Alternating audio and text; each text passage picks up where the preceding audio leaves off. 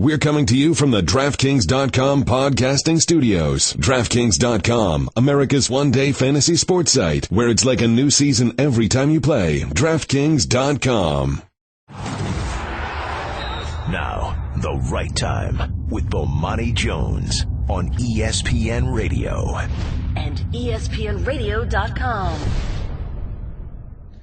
Ladies and gentlemen, welcome to the right time. My name is Bomani Jones. Thanks for listening on ESPN Radio and the ESPN app.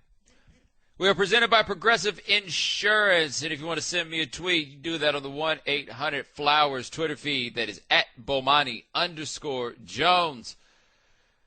Oh, Shannon, Brandon Marshall. Why Brandon Marshall had to come out here and make my life hard? Why you got to do that, man? What exactly did he say? Okay, so Brandon Marshall, well, he's on CBS Sports Radio. I mean, I ain't going to hold it against him. He wasn't talking to us, but whatever. He was on CBS Sports Radio, and he was talking about the way that players view the Tom Brady suspension. And he says, and I quote, this is via the New York Post, I think that there are three different types of players viewing this thing. Number one is the fighter. I think there are guys that are in the fight with Tom. When one player's rights are upheld, all players' rights are upheld. It's not about what he did, if he's right or wrong. It's more about the process. Is it fair? This is on Inside the NFL. Thank you, Shannon. The second type is a coward. I call them cowards. That's the guys who are afraid to face Tom Brady. They want him suspended. I don't believe in that. And the last is the race card. There are a lot of players out there that believe that white players, specifically at the quarterback position, are treated differently. This is how guys are feeling. This is not just my opinion. These are conversations I'm having with guys. It's not just African-American players. I've had this conversation with Caucasian players as well. Shannon, can I just say I find it to be very funny when people use the phrases African-American and Caucasian in conversation? Who talks like that? They're just trying not to offend anyone, right? Yeah, but who talks like that? Who talks like that? You talk about white people. You talking about black people. This isn't the census form. What are you talking about? Even the census form, what is it, non-white Hispanics? I mean, non-Hispanic white? I mean, look, man, okay. But either way, so Brandon Marshall goes there. And the question got pushed a little bit, and he goes a little farther, and so Boomer Esiason says to him, so you're telling me that there are players out there, and I don't know if you believe this, there are players out there that if this was Cam Newton, that his suspension would be upheld, and he would be there, that the judge would see Cam Newton differently because of the color of his skin. And Brandon Marshall replied, well, when you look back at the history of this sport, you could build a case on that, yes. Now, tell me this, Shad, have you seen what Todd Bowles had to say about Marshall's comments? Apparently, he's not a big fan of what Marshall had to say. Well, first of all, let's be clear. Todd Bowles doesn't seem to be a big fan of these cats talking about anything, right? Remember Todd Bowles tried to get them to shut up about the fight? Right. Guess who was the one guy who wanted to talk about the fight? Brandon Marshall. Right. Now, here's what Bowles said. Bowles said, I think his opinion is well warranted in what he said. I'm sure you had cases back when I played. I've seen some things, just like he's seen some things. But I'm not on that platform. He is, and he's got to be smarter. Now, Shannon, what do you think about that? Well, Marshall's on a platform where he can give his opinion, and to his credit, he did say he spoke with other players about this, and this is a consensus that he feels when talking with other guys. So I respect him for it. As far as Bowles, he just seems like a guy, because he's a first-year coach, he's had enough off-the-field distractions with his quarterback, with Richardson. He's had enough of that where I think he wants more of the focus to be on the team and what's going on in the season and not these other distractions. And to him, Marshall's comments can be perceived as a distraction. I think that's there, but I also think that saying that Brandon Marshall needs to be smarter about that can mean that Brandon Marshall needs to say something smarter. And I don't think the Bowles is wrong about that one. Because, look, Bowles has played in the NFL. And he said, look, I've seen some things just like he's seen some things. Like, Bowles is not arguing there is no racism, and Bowles doesn't seem to be even arguing in this case that there is no racism. The problem, and not even a problem with Marshall's point, but the problem with what comes after making the point is, so how exactly does anybody prove this? Now, my thing is this, if you're going to be Marshall on that, you got to own that. Like, if it's you who feels that way, then it's got to be you. You got to say, hey, this is what I think. I think quarterbacks get, and we all know quarterbacks get treated differently. Like, there's no disputing the fact that quarterbacks get treated differently. But the issue is this one, like, went to court. Okay? So this isn't a matter about the history of the sport. This is, the NFL. Roger Goodell brought the hammer down on Tom Brady. Okay? And ain't nobody mixing Tom Brady up with no Jason Williams or no Eminem or MC Search or none of them other type white dudes. He just white. You know what I mean?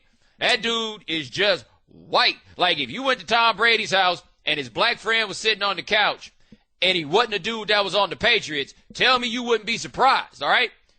And Roger Goodell brought the hammer down on him. So you're not going to be able to make an argument that the NFL has treated Tom Brady differently on the basis of race. You're just not going to be able to, because that's not how the suspension got overturned. The suspension got overturned going into court. Now, let's have a moment of honesty. We're all ready for a little bit of honesty, right? Right. What world is this that you guys live in where white people don't get treated better in court? Shane, go ahead and laugh. It's fine. I'm serious. Like, what world is that? What are you talking about? Do you read the news? Like, that's kind of how things tend to go. The problem is you have no counterfactual here. Like, you have no other real thing that you could point to with an example of, man, this black dude went in there with his deflated footballs and they sentenced him to 30 days in jail. Like, you don't have that. Right. And if you don't have that, you're never going to be able to make that point in public. You're just not going to be able to. Now, the judge made a decision that where he says, look, the procedure was out of line. He never got into whether or not Tom Brady committed the offense, really. It was simply a matter of the procedure, right? Now, if Cam Newton goes into that same court of law under the same set of circumstances, does Cam Newton win? I have no idea. Like, I have no way of knowing that. I have no way of making a point in one direction or another. I just don't think it's crazy to think that there is a role that race plays. And you know the role that race often plays is not playing a role at all. And this is what I mean by that. I said this on Twitter earlier, on TV today, and people got mad at me and they didn't understand my point. And this is what it is. Race plays a role in pretty much everything. Whether you like it or not, that's just the game. That's normally how it works. Now, when you see a situation where there's somebody like Tom Brady and the case that he had and it went through and it was evaluated entirely on the basis of that procedure and race did not intervene, race normally doesn't intervene in cases involving white people where it's a room full of white people that's talking about it. Race normally intervenes when you drop a black person in the same situation. So saying that race did not have an effect on what happened with Tom Brady in court, I think that's true. Like, I think that's 100% true. But the fact that it didn't come up is the good part about being white. You understand what I'm saying now, right? This thing is big. This thing is complex. It's nebulous. And that's why if you're Brandon Marshall, you can't go out there and be, man, me and the fellas was talking about it, and, we just think they took it easy on the white dude. I mean, this might look familiar to you, seeing the white dude get off in a situation like that. It might. But if you're going to be on national television, hey, man, you're going to have to be able to walk it out a little bit more than this. You're going to have to be able to break it down a little bit more than that. Because when you don't break it down a little bit more than that, guess who has to break it down more than that, Shannon? Guess who then winds up having to do that? That's right, your boy. I'm the one that has to do it. I'm just glad I didn't get a phone call from CNN or MSNBC or one of them. That often happens when one of these topics comes up. I have a name for that game that they won't allow me to say on ESPN radio, which is really unfortunate because it's very humorous. ESPN Radio is presented by Progressive Insurance. We'll compare rates for you so you get the best deal even if it's not with us, saving you time and money. Now that's Progressive. Call or click today. 888-729-3776 is the telephone number. When we come back, Jason Pierre-Paul went to go see what the Giants were talking about. Now he's going back to Florida. Tell you about some of the levels of that when we come back. You're listening to ESPN Radio and the ESPN app. Bomani.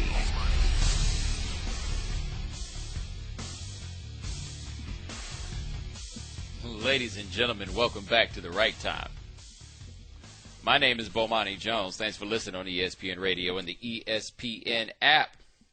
We are presented by Progressive Insurance. The fall football tour on ESPN Radio is brought to you by La Quinta Inns and Suites, reminding you that Mike and Mike will be live from New Jersey this Friday covering the Browns-Jets matchup. La Quinta takes care of you so you can take care of business. Book now at LQ.com. 888-729-3776 is the telephone number. We're just talking about Brandon Marshall's comments about the Brady decision and the belief that some have that a black dude wouldn't have got off that easy. And, I mean, I can't say that that's a crazy thought. I just don't know what you – like, once you say that, now what? Right? Like, how are you going to prove this? How are you going to establish this? Like, it's very difficult to make the legal argument – I mean, to make the argument if your basis is you know the history of the sport. When this got overturned outside of the sport and inside the sport, the commissioner is the one that brought the hammer down on Tom Brady. But, as I've said before, if you're going to act like white people and black people don't get treated differently in court, you acting like one of us is stupid. I just don't understand how do you quantify what Marshall is describing. Do you go back and look at the suspensions, the penalties that are laid forth on black and white athletes, and then how they relate to quarterbacks? I just don't understand how you quantify what Marshall is saying. Yeah, but also, I mean, I guess I don't think it's crazy for somebody to broach that topic. I'm just not necessarily sure that this is the time to do it, if that makes any sense. That being said, Adrian Peterson came out okay in court when it came down to his suspension. Ray Rice, I believe, came out okay in court when it came down to his suspension. Like, those things have happened. So I'll never be the guy that's like, hey, man, I think that you wondering if race plays a role in this is insane. No, that's just the way the world works. I just don't know where you're going on this one with the discussion. Like, how far can you take it? I don't think you can take it that far. So when Todd Bowles says, I think that Brandon needs to be smarter about how he says things on television, I think he's correct. I also think if you're Brandon Marshall, don't talk about all the cats in the league. If it's not you, don't make everybody else have to answer for you. And by everybody else, I'm talking about me. 888-729-3776. Talk to Rocco in Maine. Rocco, thanks for calling the right time. What's going on, Bomani? Doing all right, man. How are you? I'm doing well. Hey, man, I'm in Maine, and I've been taking a lot of bombs here with the past fans. And I just got one question. As you pointed out earlier, the NFL isn't the one who let go of the suspension. As you came out and said earlier, Roger Goodell put the hammer down on Tom Brady. So what Judge Berman did, in my opinion, was he stuck it to a richer, whiter guy when he stuck it to Roger Goodell by lifting the suspension. So I'm going to hang up and let you hear your thoughts on that. Yeah, no, there's something to that. Like, I mean, I think there are legitimate counter arguments to be made. I would like to make the point, though, that a lot of people are way too excited to make those counter arguments, Shannon. Like, you know those anti-racism Avengers that ain't nowhere to be found when there's actual racism, but when there's some white person whose honor has been besmirched, even if it's just a judge, all of a sudden, where is my cape? It's around here somewhere. Yeah, I hope I didn't leave it in the cleaners. I got to go save the day. Like, I have a legitimate problem with that when that sort of thing comes up. Like, a lot of y'all will say that I put race into everything. Okay, if that's what you want to do, that's fine. But you've listened to me talk about this one, and I'm talking about it the same way I talk about anything else. All you cats who ain't got nothing to say except when it's time to defend Chip Kelly, sit down and shut up. Either step up or sit down. 888-729-3776 is the telephone number. Hey, man,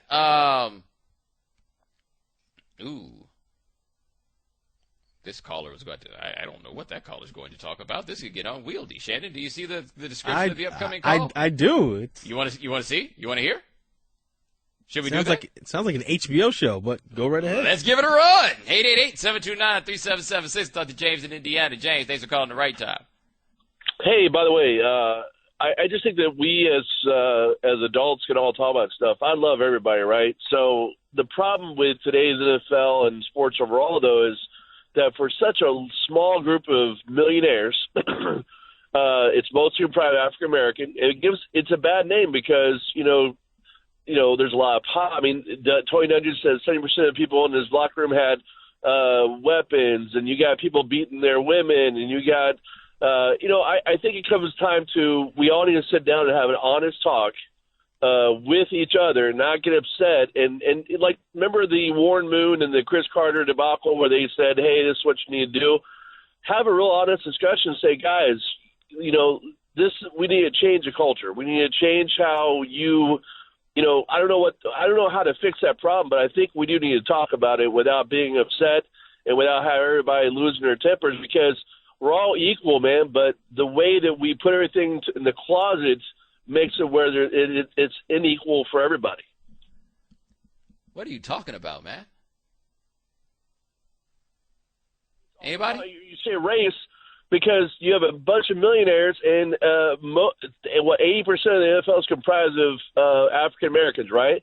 So whenever this stuff comes up, it's because no one wants to talk about it except for one guy who has issues anyway, spouting out about racism and this and that. We need to have an honest talk with, okay, let's treat our women better, let's not smoke pot, let's not fight dogs. I mean, there's things that people need to talk across the race lines because, for example, a white issue is Boston is the leading place where when a team loses, they beat their women, So there's a lot of issues to talk about to make the NFL a better place. And when we talk about stuff, it's not racial, or it's not, hey, because this or that. You know what I'm saying?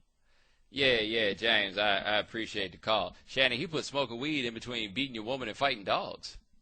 And then he ended it with, you know what I'm saying? No, I don't. No, I don't know what you're saying. I'm totally clueless as to what he's saying. Hey, y'all, that's my fault, right? That's my fault. I had a description on the screen that gave an indication that could wind up getting a little bit tricky and a little bit unwieldy. And I would love to have an honest talk with James in Indianapolis. I just don't honestly know what we're talking about anymore. I've become totally confused. I'm so lost. He went so many ways with that. I didn't know what to tackle first. Well, let me pick one. You pick one and I'll tackle it. You point at it and I'll go tackle it. All right, he talked about the weed smoking in the NFL. Yeah. Go. That was the NFL's second biggest problem, was dudes smoking weed. Anything else? Then he talked about domestic violence when their teams lose. Yeah. But that wasn't about players, was it? That was about white people in Boston? I don't know how it got there. And you know who's going to get blamed for him saying the white people in Boston beat their women after games? Me. And I ain't even say nothing. Whew. And then it was something about the number of millionaire athletes that happen to be black. Yeah. And look, man, all I'm trying to say is there's no way for you to say that Cam Newton's going to go to court and be treated differently in that circumstance than Tom Brady was. We just don't have it. It's just not there. There's no way to do it. Like, it's not necessarily an implausible thought.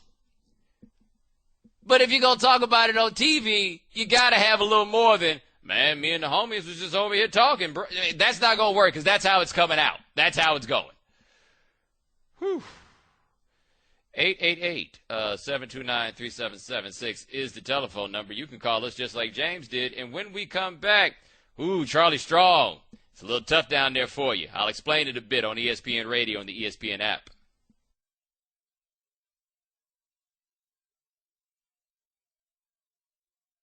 Geico presents Strange Saving Stories. Astronomers detected an interstellar transmission. It stated, Geico, 15 minutes could save you 15% or more. The implications were staggering. Was the cosmos telling us we could all save hundreds on car insurance with Geico? Or did their radar merely pick up a signal from the nearby Rufus and Clyde's morning show? We may never know. Geico, 15 minutes could save you 15% or more on car insurance. Bomani and welcome back to The Right Time. My name is Bomani Jones. Thanks for listening on ESPN Radio and the ESPN app. All guests join us at the Subway Fresh Take Hotline. It just so happens we don't have any guests today, but that's life. Anyway, you may have seen this. Things aren't looking so great at the University of Texas. They got the doors blown off by Notre Dame on national television on Saturday night. I believe the score was 38-3. A game that was so bad that the primary play callers for the offense were replaced. Co-offensive coordinator, Shannon. They're not calling plays anymore. The wide receivers coach is calling plays now. One and done, huh? One and done.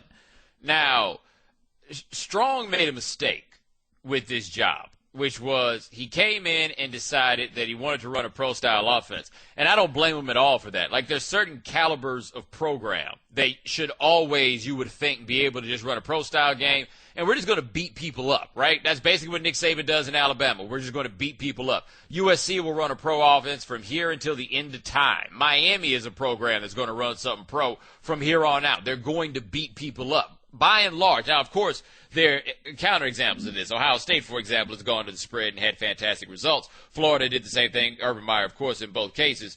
Those are programs that you would think you could run a pro-style attack there and do all right. Charlie Strong got there. That was the decision he made. They recruited quarterbacks. They had Zach Gentry, who is now at Michigan, 6'8", you're a pro-style quarterback. And then Charlie looked around and realized it's really hard to recruit that kind of offense at the University of Texas, given the way that people play the spread in high school. So in the end, in the process, he decided we're going to go to a pro-style offense. That means Zach Gentry goes to Michigan. You're late on trying to get Kyler Murray, and you're back out there with Swoops at quarterback, and it looks all bad. Except the problem is, Shannon, who could have played quarterback for Texas behind that line? I know there's a guy at Ohio State right now who's not starting. Yeah, that would be J.T. Barrett. I was going to say, he's from the state of Texas. Sure. Yeah, and Mac Brown offered Swoops and did not offer Barrett. Now, to be fair, Barrett would have been running for his life in that game, too. Like, do you realize Texas has not had an offensive lineman drafted since 2008? Wow. Since 2008. That's the last time they had an offensive lineman drafted. And Mac Brown, who works here, has said that the state of the program now is not his fault, right? And his argument was that he would have had to give credit for his early success to John Malkovich. Therefore, he's not going to take the blame for anything that's going on right now. Now, this is a little bit of an awkward one because, as I said, Mac Brown works here. However, it's impossible to talk about the state of Texas football without talking about Mac Brown. And the fact is, Shannon, there's nothing there. Like, talent-wise, there's nothing there. There were towards the end of Mac's tenure, there were a lot of recruiting misses. They took a lot of early commits, a lot of commits, freshmen, sophomore, and high schools who might have been great those years, but plateaued early on. Yeah, there's just the players aren't there. Like, I watched that Notre Dame game, and I was blown away at the talent disparity, because it's not that easy to put together a talented team at Notre Dame. You got the academic restrictions. You got the fact that you got to ask people to go play in South Bend, Indiana, or more importantly, go live in South Bend, Indiana. Like, for Texas to have that much less talent than Notre Dame is crazy.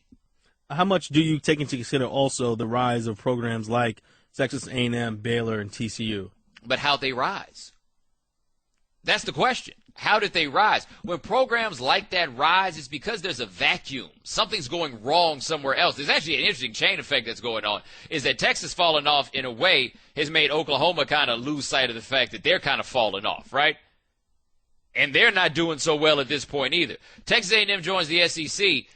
I think the thing with Texas A&M joining the SEC, I think that people look at it a little bit too simply. Like, Texas A&M's recruiting has certainly improved in this time period, but the big thing is now Alabama and LSU can come in and say, if you're from Houston or you're from Dallas, we'll play 2 games while you're in school 2 hours from your mother's house.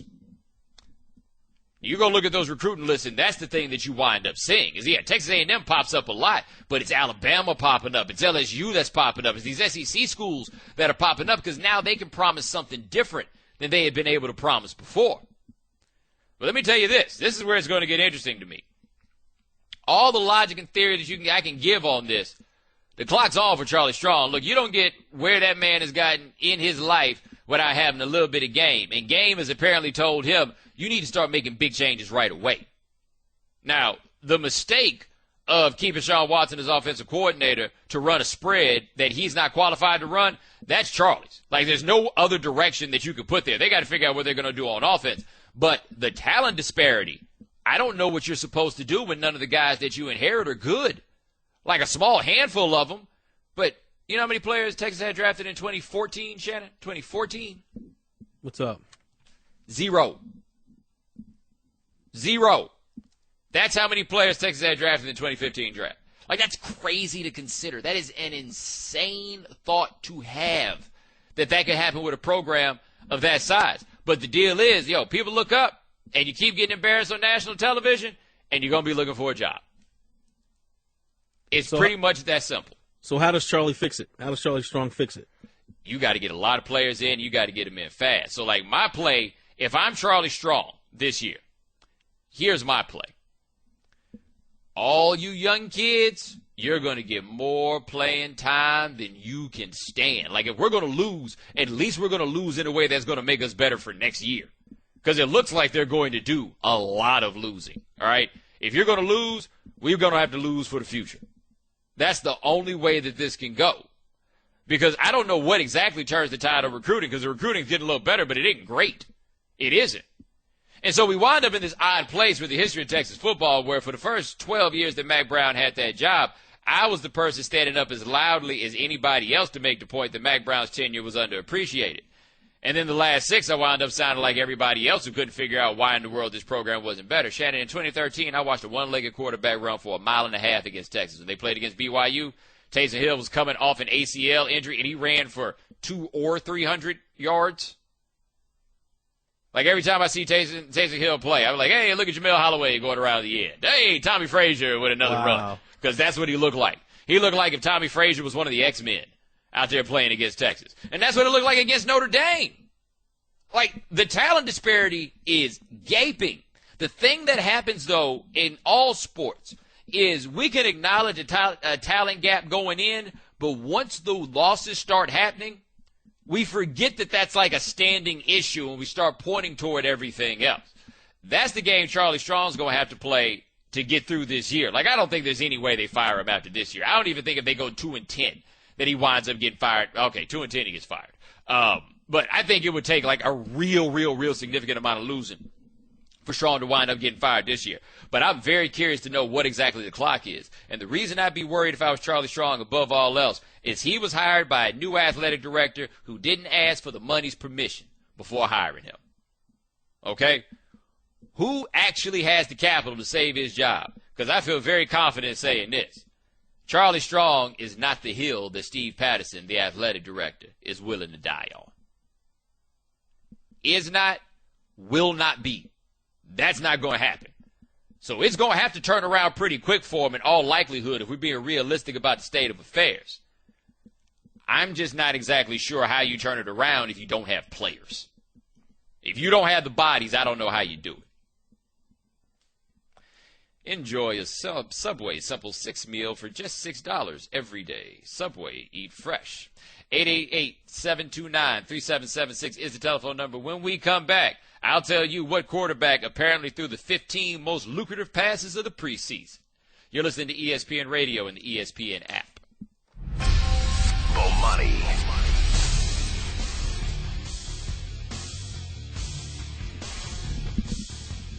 Ladies and gentlemen, welcome back to The Right Time. My name is Bomani Jones. Thanks for listening on ESPN Radio and the ESPN app. All guests join us on the Subway Fresh Take Hotline. Celebrate birthdays, anniversaries, or even just because. Visit 1-800-Flowers.com/ESPN for special deals on flowers and gifts starting at $29.99. Shannon, Sam Bradford. Have you heard about Sam Bradford and his extension talks? Yeah, he was, they're working on a 2-year extension or something along those lines? Yeah, the Eagles are trying to get a 2-year extension with Sam Bradford, basically because Bradford's in the last year of his contract, which means they don't have a quarterback for next year. Like, at the very least, you need to have somebody on deck that you can go to, right, before you get caught in a situation where you got no leverage and you're trying to negotiate with Sam Bradford. And he can take the world from you because you need a quarterback so badly, all right? Well, the Eagles and Bradford, according to Ed Werder of ESPN, have suspended contract negotiations. Huh? Did things turn left? They suspended contract negotiations. Here's the quote. Not a quote, but this is from Ed Werder's story, and I quote. The source said Bradford's incredible preseason success changed the negotiating dynamics. It has become too expensive for the Eagles to negotiate an additional year or two after Bradford went 10 for 10 with 3 touchdown passes in Chip Kelly's offense in his final performance of the preseason. Yo, Sam Bradford's agent is bold, Shannon. Bold. What, his fantastic preseason performance. Did I miss something? Did he get a new knee? That's what, look, Sam Bradford with 10 for 10 with 3 touchdown passes, right? And that had Sam Bradford's agent like, y'all, we about to hit them for a lick off the preseason. Does he have some secret serum that we don't know about? Is he drinking gummy berry juice or something? I am amazed. Like, that is so bold. I feel like if you're Sam Bradford and you have Sam Bradford's knees, you're getting bad advice. Is that fair to say? Yeah, man. Like, if I'm Sam Bradford, I'm not passing up any money anybody is trying to give me at any point. You want to give me some guaranteed money, I look down at that scar on my knee, and I ask somebody where a pen is. Like, can I sign this on my iPad? I got an app for that.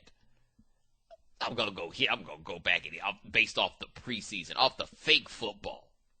Now, look, this could be lucrative. Let us be clear. If Sam Bradford bets on himself this year and he goes out there and he balls out, right, he could make a boatload of money in the process. Like another $50 million guaranteed? Been there, done that. He's made so much money. He and Matthew Stafford, man, they like the Jesse James gang. You know, hey, whew. But yeah, so yeah, Bradford could do this. But how much you want to bet Sam Bradford gets hurt this season?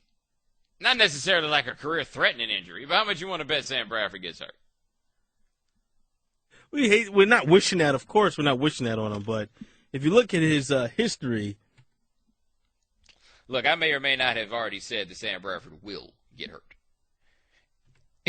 He has a lot of Mr. Glass in him. Yeah, I mean, but the big thing is that offense, the starting quarterback's gotten hurt every year. Like, quarterbacks seem to take hits in that offense. And if they're going to take hits, and I'm Sam Bradford, let me get that short-term extension right now. That goes back to early in the preseason when he his name is escaping me, the defensive end linebacker for the Ravens who hit him. And Bradford was upset because he got hit. It was a running play. It was a handoff. Suggs got him. But Terrell Suggs went after the quarterback because, hey, how do you know? It's the quarterback. It could be the running back. You hit one man. That's right. Boy, I tell you this, too. If I'm Sam Bradford and I'm playing according to this strategy, let me tell you what's not about to happen. Any unnecessary hits whatsoever. You know? So you mean to tell me I got to take hits on handoffs, too? Yeah, Sam Bradford is flush from the pocket. You might not hear that very much. Sam Bradford's like, I'm going straight down and sliding. That's what I'm about to be doing. That's my strategy. That would be my strategy if I'm out here trying to roll the dice on this one. No contract beyond this year, and he wants to establish his value as an NFL starter. Hey, man, I hope it works out for him. I sincerely do, because that is bold, bold, bold, bold, bold. Hardly anybody just does the I'm going to bet on myself program, especially when the likelihood of the franchise tag is not there. So your man Joe Flacco, for example. Joe Flacco, that Super Bowl year, bet on himself. Joe Flacco, by the way, has he missed a start as an NFL player? No. Nope. Joe Flacco has not missed a start as an NFL player. But worst come to worst, at the end of that year, they were going to have to franchise him if nothing else. Have we seen quarterbacks after the Flacco Super Bowl run? Have we seen quarterbacks that bet on themselves when it comes to contract negotiations? I'm trying to think. I don't believe we have. No, man. When that guaranteed money's in front of you, just about every time an NFL player is going to take that guaranteed money. Like, unless you put something flatly insulting in front of an NFL player, they're going to take the bird in the hand. And I would take the bird in the hand, too. Like, we act like this is a video game. Like, I'll just take a chance with this. Like, it's not somebody's actual body.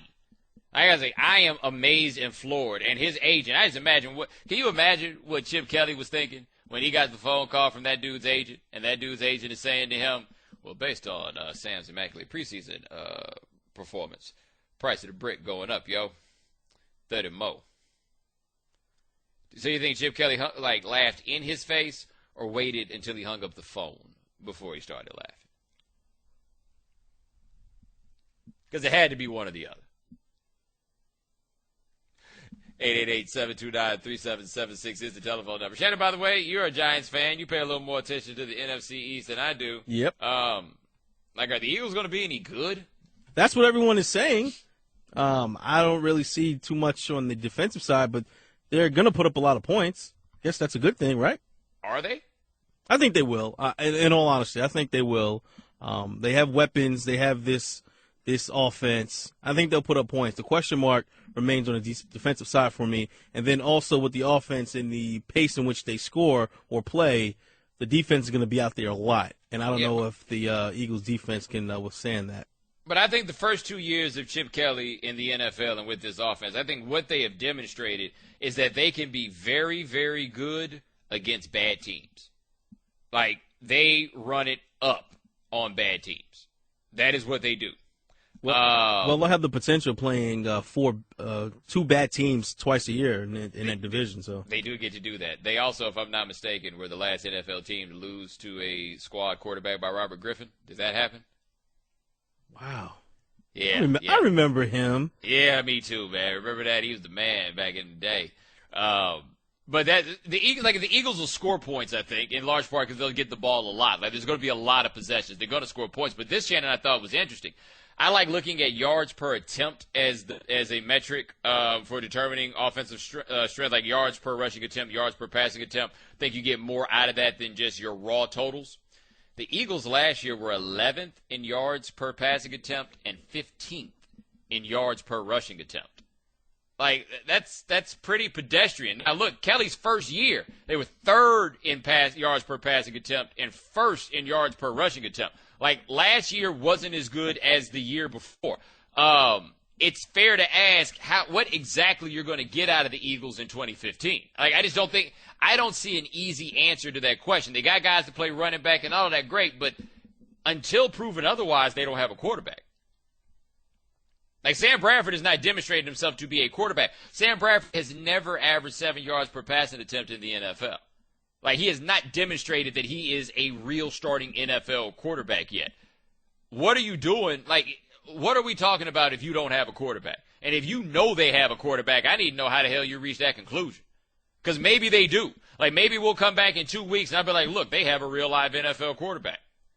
I don't know where that conclusion is drawn, unless you're drawing the conclusion the same way that Sam Bradford's agent is off this preseason.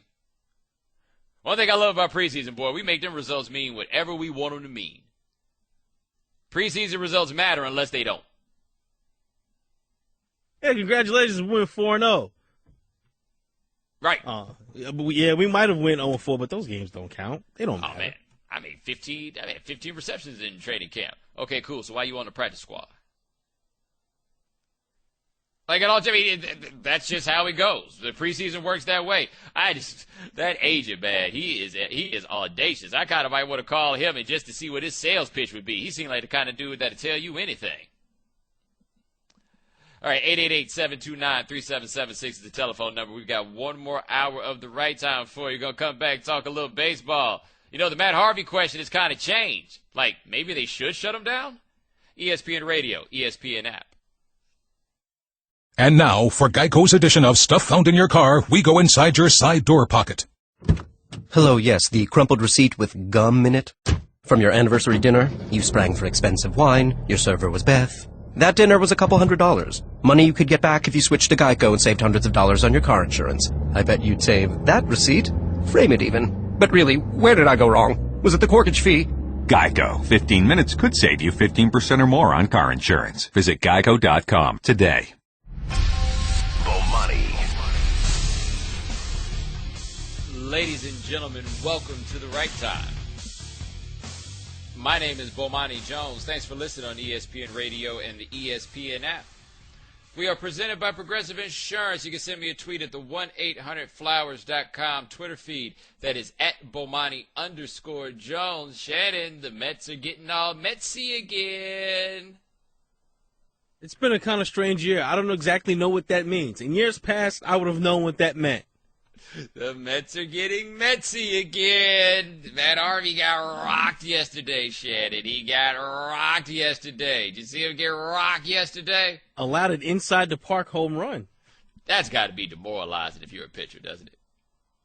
Right? Like, that has to be absolutely demoralizing as a pitcher. Because something like Keystone Cops has to happen generally for an inside-the-park home run if it's not Little League. Like, he's got to hit a wall funny or all that other stuff. But look, Matt Harvey, after last night's start, Matt Harvey pitched 5 1/3 innings, gave up 8 hits and 7 runs.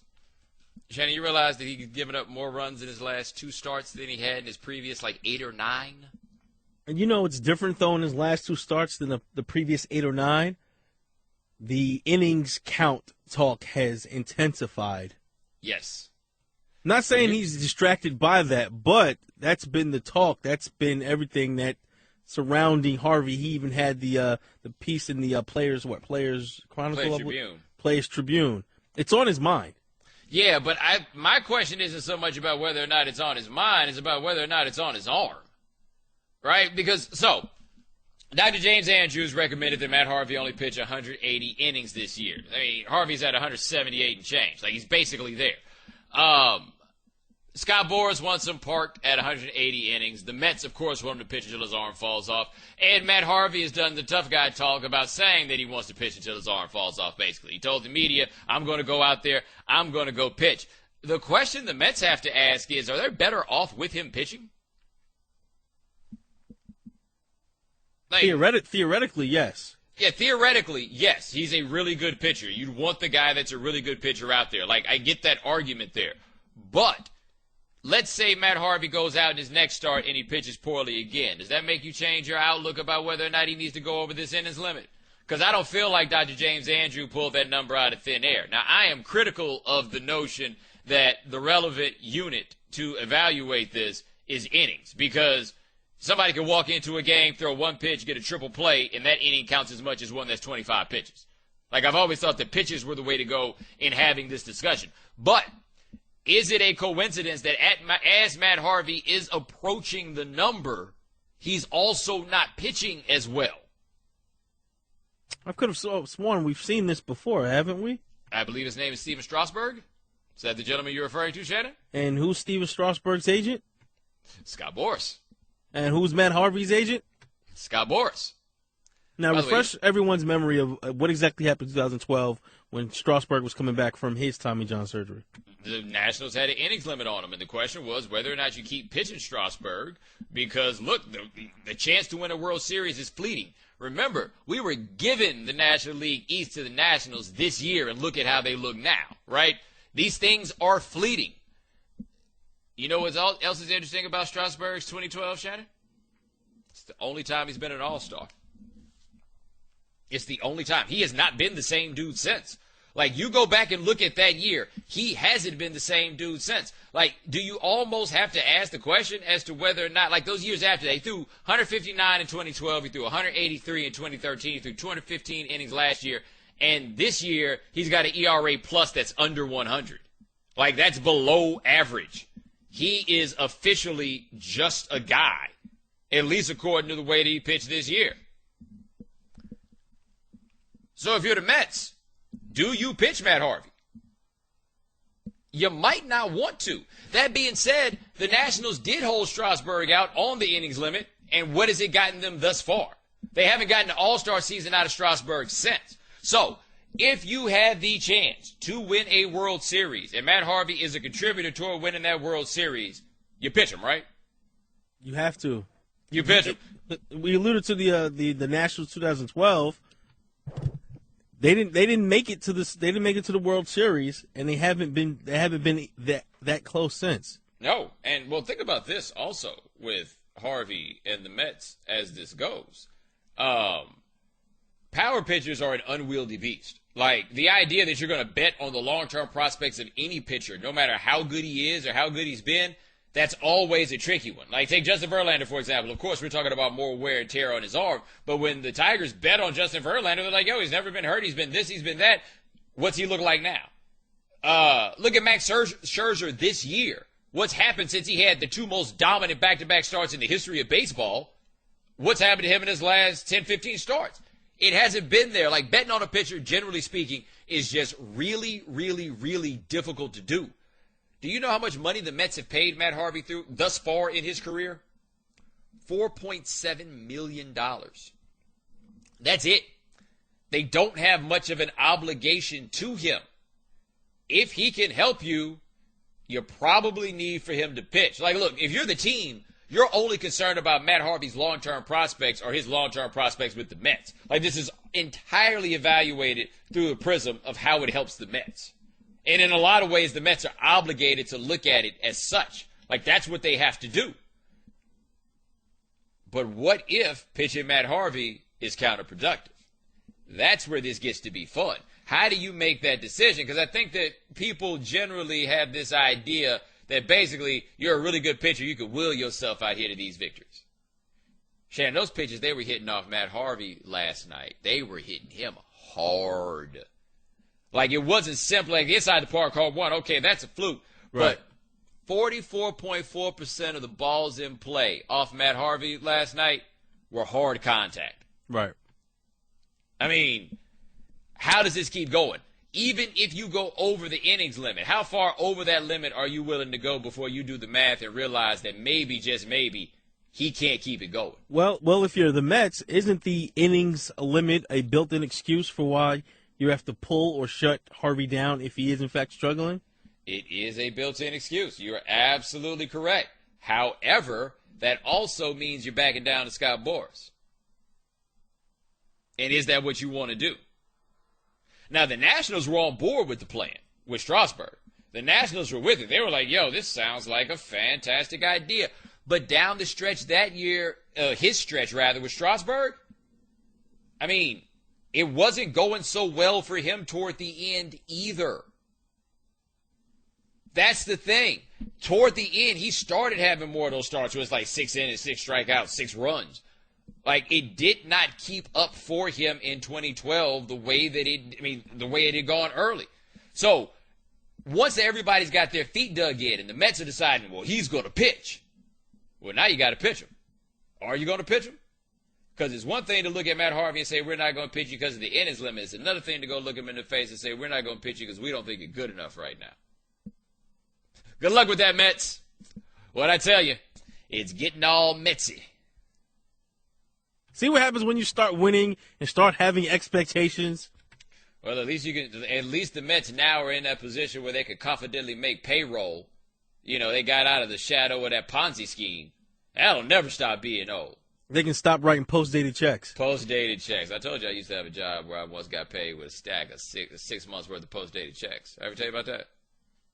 It's not a comfortable position to be in. Dog, I was just trying to get direct deposit set up or get my money wired to me. And instead of that, I go up to the office and I got handed a stack of post-dated checks. I mean, they were printed, but that doesn't mean they weren't post-dated checks. Yeah. By the way, last thing before we go to commercial, I said that Matt Harvey has made $4.7 million thus far as a major leaguer. Do you know how much Fangraphs says that his contribution to the Mets has actually been worth? $83 million. And you think Scott Boras doesn't know that? Ooh, I bet he does. ESPN Radio is presented by Progressive Insurance, creators of the Name Your Price tool. Choose from a range of coverage options and pick the price that works for you. 888-729-3776 is the telephone number. When we come back, Shannon, should we now talk about your man Jason Pierre-Paul? I think it's time. We'll talk about Jason Pierre-Paul and the game that he's playing, the game the Giants are playing. You're listening to ESPN Radio and the ESPN app. Bomani. Ladies and gentlemen, welcome back to The Right Time. My name is Bomani Jones. Thanks for listening on ESPN Radio and the ESPN app. We are presented by Progressive Insurance. NFL kickoff week on ESPN Radio is powered by DraftKings. Win huge cash prizes playing fantasy football at DraftKings.com. America's favorite daily fantasy sports site. Play free with code DOME, D-O-M-E, at DraftKings.com. Shannon, your team is the New York Giants. The New York Giants are down a pass rusher, kind of, sort of, because Jason Pierre-Paul is down a finger. I think the bigger issue right now actually is the thumb part. Isn't that the real thing, the thumb? Right, the injury to the thumb at this point is the main concern. Now, he feels like he can play. Like, he went up there to New York, and now he's back in Florida. The Giants don't feel like he can play. He feels like he can play. Well, of course, if you're Pierre-Paul, you're trying to prove that you can play. Aren't you in the middle of contract talks? Yeah, but see, here's the thing, okay? He would love nothing more to be a free agent, right? The Giants can't rescind the franchise tag, because if they rescind the franchise tag, he becomes a free agent and he goes somewhere else. At the same time, Jason Pierre-Paul kind of needs to play. You know how much he's getting paid a game? $930,000. Yikes. Yeah, $930,000 to show up to work. Now, granted, the work he's got to show up to is a powerful kind of work, but once again, $930,000. It's a fascinating game of chicken, though, because you could tell at early points, Pierre-Paul was not letting the Giants see him at all, almost just hoping they decided to get rid of him because they couldn't tell what was going on with him, and then he'd wind up being a free agent. The Giants obviously wanted to figure out what was going on with him because they need to figure out if they can get out from under that money one way or another. I can't figure out, though, how, given how many dudes that we've seen play football with, like, broken wrists and broken fingers and broken hands and everything else, that they wouldn't be able to come up with a club or something like that for him to play with. Am I crazy there? No, we've seen it before. You've seen the club. They tape it up. It's a big circular boxing glove looking thing, and the guys go out there and play. Yeah, it's kind of surprising that, like, if they think apparently Jason Pierre-Paul won't be able to play for a month or so, or something like that they just wouldn't be able to, they could not get him out there. I don't know how to tell if he can play or not, right? Like, I don't think any of us have any sort of gauge. Now, generally speaking, none of us really have a gauge on what it takes for a guy to come back or what level he needs to be at. Like, unless you're a doctor or an orthopedic surgeon, you got your hand on the dude's charts or something like that. Generally speaking, none of us really have any great idea of how those things work. Like, we just don't. However, Jason Pierre-Paul is like, I can do something, anything. Just give me that $930,000. Oh, excuse me, $870,000 because it's 17 weeks, not 16. Still a lot of money either way.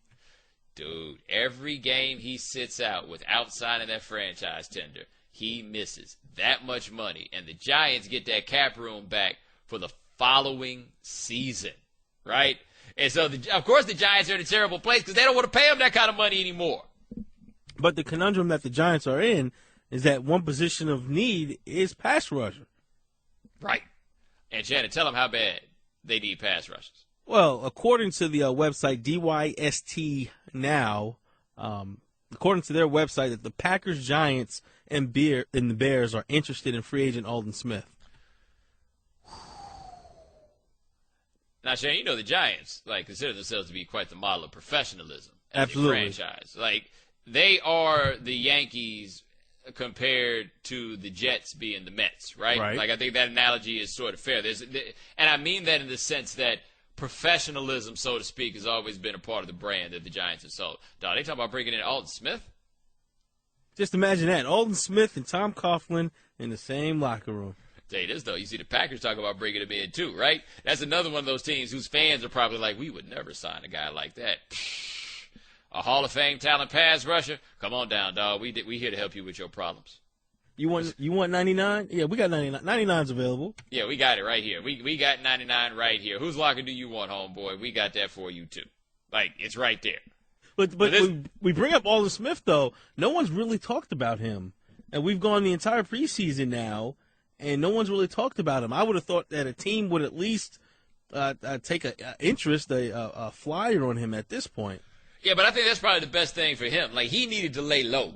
Like, nobody could really bring him in right away. So the Cowboys took on Greg Hardy, but they didn't take on Greg Hardy right after Greg Hardy had gotten arrested. Like, that stuff was going to trial and everything else, but it wasn't right after it happened. Like, Aldon Smith, you too hot right now. You know, you need to cool off. You know, you hotter than a pistol right now. We need to get away from you because you just have too much going on. But for Pierre-Paul, man, if the Giants were to rescind that franchise tag, what would the free agent market be like for him? Serious question. What would it be like? I don't think he knows at this point. Yeah. I mean, like, look, he says that he can play. The Giants think they can't. Shannon, when's the last time you could think of a situation where an NFL team was telling a guy that he could not play? Because usually it's the total opposite. The teams usually want the guys to play at all costs. Yes. Oh, you don't need that hand. Oh, we can tape that up. You get a shot, you can play. Right. If you can show up to work, then you can play. That's generally it. That's normally the way that it goes. It is so different to have a situation where a player's like, I can play, and the team is like, no, not really. And Pierre-Paul wants to put something on his hand to go out there and play. Right. And the Giants say, no thanks. Would it be in a situation that's the opposite like it is with the Giants, you have to assume that the Giants have some sort of ulterior motives for not wanting him to play. I don't know if it's risk of further injury. I don't know if it has something to do with the contract talks, but it's a reason why they don't want to touch him right now. Well, it's also worth noting, though, at this point, the Giants have had a chance to look at his hand. Like, they know physically what's going on with him. I would be curious to know, on Jason Pierre-Paul's end, what do his doctors say? Because in all that time he spent not going to see the Giants, he had to go to a doctor himself, right?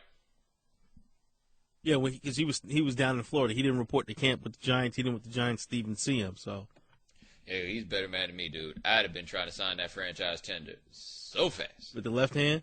With my toes, if I had to. That's $14 million, man.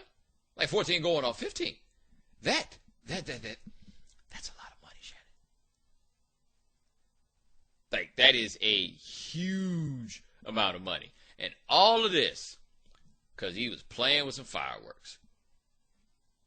I feel bad for him on that one. Like, I honestly do. Like, all these people, you're rich. You should get somebody else to shoot your fireworks off for you. But why would I get, like, doesn't that kind of defeat the purpose of getting the fireworks? Right. I got these fireworks because I wanted to shoot them off. Like, that's what we do. And I know another guy got hurt with the fireworks. Like, I don't know if that means that guys need to stop shooting off fireworks as much as people need to start paying more attention to what the label says on the fireworks. Like, I feel like people, I've spent a lot of time around people shooting off fireworks, Shannon. I've never met anybody who blew their hand off. What about you? No, I can't say that I have either. Like, not everybody does that. Like, there's a certain measure of operator error there that I feel like all parties involved need to own. Right? Like, this is not a PSA against fireworks. But I am fascinated that the Giants are like, no, you can't play. When just about every other player we've ever seen in the history of the NFL has been on some, you got to get out here and play. If you're an NFL player, too, you have to have the fear of that the next man's going to be the guy to take your job, too. There has to be a level of insecurity with that. And I wonder if Jason Pierre-Paul has a certain measure of fear that says, if you don't think I can play right now, when will I be able to play? Like, who knows what's going through his mind? Because in addition to Giants, I'm sure Pierre-Paul wants to show that other teams that he can play. Yeah. Look, he needs to show somebody why he needs to make some money. He needs some cash. 888-729-3776 is the telephone number. When we come back, it's early, but I'm going to tell you how to make for the greatest Super Bowl ever on ESPN Radio.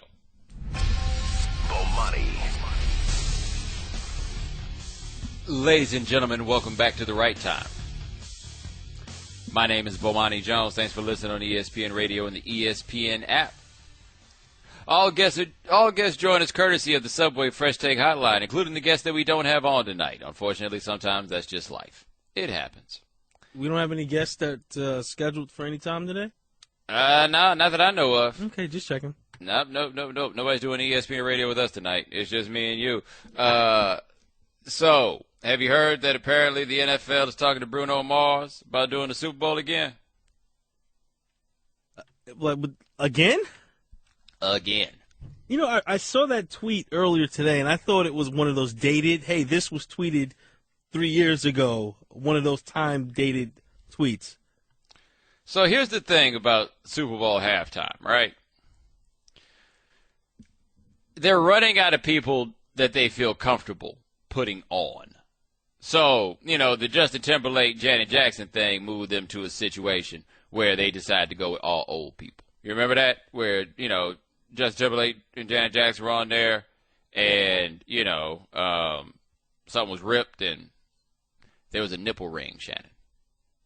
Oh, yeah. A fairly ornate nipple ring, by the way. Like, that thing wasn't cheap, apparently. Right. And I know this because I saw it on television. That became a thing. So they started getting all the old dudes out there, right? All the old acts they could possibly have. Because, Shannon, remember that year it was Justin Timberlake? And wasn't Nelly part of the halftime show and everything? Yeah. Like, I'm honestly surprised they just haven't gone with Stevie Wonder. Everybody loves Stevie. Stevie hasn't done a halftime? It's not since I don't think they've done one since they redid the halftime, and turned into the thing that it's become now. Right. I feel like Stevie Wonder would be the safe choice. Go ahead and get Stevie Wonder. Nah, they talking about bringing Bruno Mars back again. Can Bruno Mars at least do Gorilla if he does the Super Bowl this year? The ladies love Gorilla, from what I can tell. He may make a reference to cocaine in it, but, it's rock and roll, baby. Right. Anyway, I got the solution for the Super Bowl. I got the Super Bowl solution that everybody will love. The Super Bowl halftime show that we have waited our whole lives for, and the Super Bowl halftime show that we deserve. Because we deserve a Super Bowl halftime show that will unify us, okay? We don't need one of those Super Bowl halftime shows like with Bruno Mars, and then they call in the Red Hot Chili Peppers to join the party because they're afraid that some people won't watch Bruno Mars at the Super Bowl. We need something that when everybody hears about it, they're going to be like, yo, we're going to watch the Super Bowl halftime show. You know what Super Bowl halftime show that is? Hold up, I'm going to let it hang in the air for a second. You know what the big thing was, Shannon, that redid the Super Bowl halftime? What made the Super Bowl halftime what it has become in the last 20 years? What's up? In Living Color.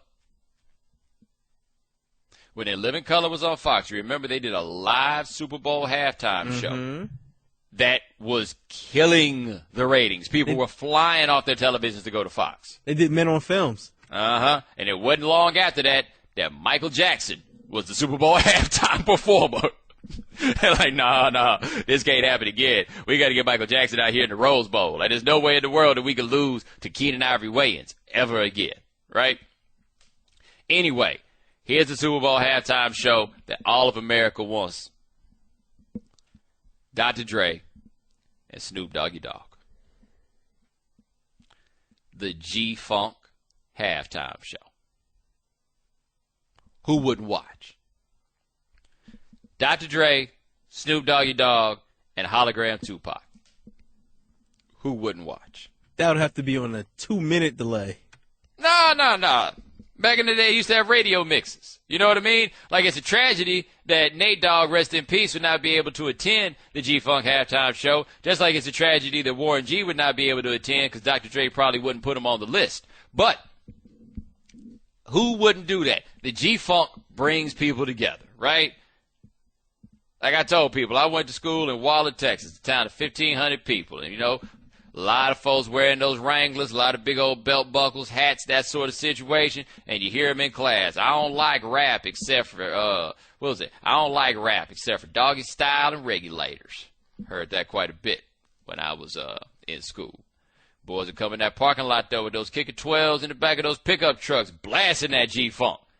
There's nowhere you can go where you can play the G-Funk and it's not going to get everybody moving, man. And Dr. Dre, those two dudes are like American institutions right now, man. Snoop's on our television network all the time. There was just a movie about Dr. Dre that made $100 million. America went to go see NWA. I'm not even talking about NWA. I'm just talking about Dr. Dre solo and Snoop Dogg. How about this set? Nothing but a G thing. Ooh, I don't know if we can do a deep cover, Shannon. The 187 on Undercover Cop. Nah, that'd be kind of aggressive. I think that was a little bit much, but I think we can do Nothing But a G thing. The next episode, it'll be like the Up in Smoke tour. Yeah, I think it could be done. Still DRE, we can get that out there. What other track? We can just get a couple more. What you call it? Gin and Juice. Nothing wrong with Gin and Juice. I think you can play that on the radio. Yeah, we can do this. We can do this. Are you telling me that a stadium full of people at the Super Bowl would not love to hear Nothing But a G thing? It would unify us, though. You're right about that. And have you heard that the DOC can talk again? Really? The DOC said that he was in jail for a little bit and that his voice started coming back. So we get the DOC with a speech therapist. We can get out there. I think Cube will show up for that, right? If he's promoting a movie, yeah, probably. I think that we can do this. The G-Funk Super Bowl show. It would bring the NFL into the 21st century with these. Like Bruno Mars, you can't have the same dude 2 years in a row. The way I see it is this. If you're performing at the Super Bowl, you should really just play your 5 best songs.